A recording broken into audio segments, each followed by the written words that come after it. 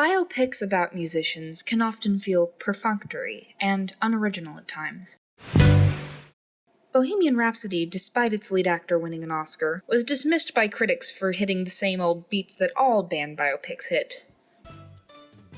Troubled childhood, slow rise to fame, jerk-ass executives, drug abuse, unhealthy relationships, fighting with loved ones, hitting rock bottom, and finally, the rehabilitation and return to former glory. That's not to say I didn't enjoy Bohemian Rhapsody. I went to see it not because I thought it would bring something new and subversive to the biopic genre, but because I love Freddie Mercury and the music of Queen. It's a movie I'd gladly watch again. But Rocketman was different. It still hits many of the same beats as Bohemian Rhapsody, but the difference is, Rocketman seems to have something to say other than, this is what happened in the life of this person. It carries a message that can speak to all of us, about abuse, isolation, self-loathing, and the unending agony of being. Using genre conventions are fine, and a non-subversive film or piece of media can still be good, but when those genre tropes are used to comment on something that an audience member can feel in their soul, that's when it becomes elevated. The movie opens with Elton John crashing through a pair of double doors, dressed as the devil. He enters a group therapy session and begins to tell his story. The first song Elton sings in the movie is "The Bitch is Back," obviously casting himself as the bitch.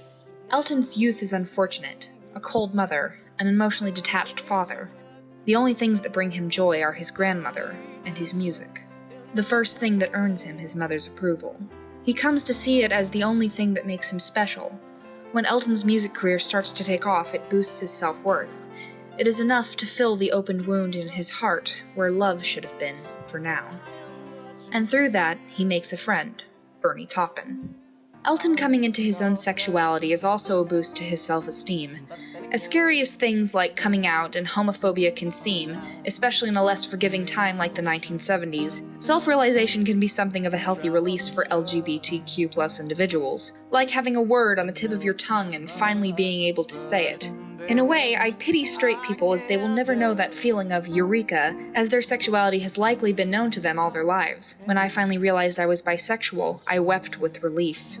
And having someone you care about reaffirm you in that you are no different in their eyes, that you are the same person they know and love, is a doubly good feeling. Even when Bernie tells him gently that he doesn't see Elton that way, it is still a joyous moment. But it is also bittersweet, as we tend to forget about the love our friends have for us, to focus on the love we're not getting from our family or a romantic partner, especially when our friends find romantic partners for themselves, and we are left feeling second banana. When I watch the Tiny Dancer scene, I don't see Elton pining for Bernie. I see a man pining for what he doesn't have, a relationship. And who should come along at just the right moment but John Reid to pick Elton up just as he's falling apart? This is your song. Abusive partners follow a common pattern, and that pattern often includes isolation. Reid cuts Elton off from his emotional support, namely the two men who gave him his big break. Abusers employ isolation to make the victim emotionally dependent on them, so that they will not seek to leave them. This dependence is exacerbated by Elton's mother telling him that he would never be loved, and the sight of his father being affectionate toward his two younger sons, the father Elton always wanted. So when Reid hits Elton, instead of breaking up with him, he turns to another form of escape, drug abuse. The self-worth Elton has used to plug the open wound has disintegrated, and without the means to heal it himself, he seeks simply to feel nothing. Ergo, his attempt to commit suicide. Elton is forced to face that neglected little boy he still is inside. Self-hatred is perhaps the hardest thing to fight. It is like a cancer of the soul, a heart at war with itself. And a man fighting himself can only lose. It's not Reid or his parents who are the enemy. It's Elton himself, hence the symbolism in being dressed as the devil.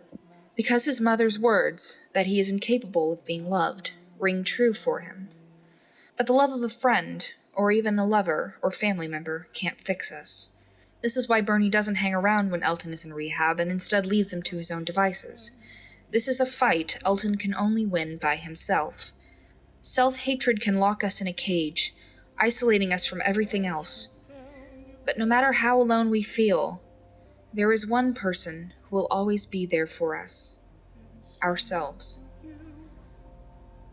The moment where Elton's child self echoes the question he'd asked his father so long ago is the most poignant in the whole film.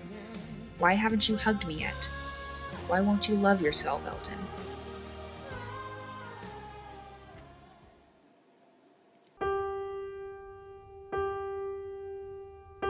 Years of being treated badly can convince us that perhaps it is the best we can hope for. Maybe being surrounded by abusers is better than being alone. But admitting that you are worthy of loving yourself is the most powerful step we can take toward being our best selves. It is only then that the healing process can begin. Our damage doesn't have to define us. As the movie progresses, Elton's devil costume falls away piece by piece, and he is completely vulnerable when he faces the demons and angels of his life, when he finally embraces the lonely little boy he really is. He is then reborn in white, still standing. And don't forget the lyrics to the very first song of the movie.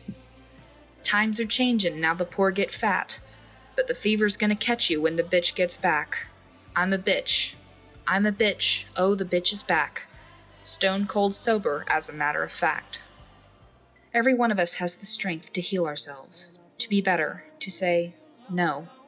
The cycle of abuse ends here. And we owe it to the ones we love to try, as much as we owe it to ourselves. No, no, no. I'm a rocket man.